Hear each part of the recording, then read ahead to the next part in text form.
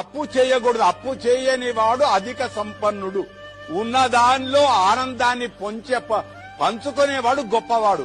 చెయ్యాల్సి వస్తుంది, అప్పు తప్పదు. వెంకటేశ్వరుడు అప్పు చేశాడు, చిట్టి రాసిచ్చాడు కుబేరుడి కంటే. చిట్టి లేదు, ఇప్పుడు తిరుపతిలో కూడా చిట్టి లేదు, ఏమి రాసిచ్చాడో లేదు. కానీ అప్పు చేయడం ఎంత చేస్తున్నావో అంతకంటే ఎక్కువ సంపాదించాలి. బండి కొనడం గొప్ప కాదు, బండికి ఉండే పెట్రోలుకు డబ్బులైనా నువ్వు సంపాదించగలుగుతావా? భార్యను పెళ్లి చేసుకోవడం గొప్ప కాదు, పెళ్లి చేసుకున్న భార్యను పోషిస్తావా? నగ ఇస్తావా? దండ కొనిస్తావా? 3 దండ అంటే గజం దండ కొనిస్తే భార్య ఉప్పొంగుతుంది. అప్పు తీసుకున్నవానికి వెంటనే 2 రోజుల ముందే అప్పు తీరితే ఆనందపడతాడు.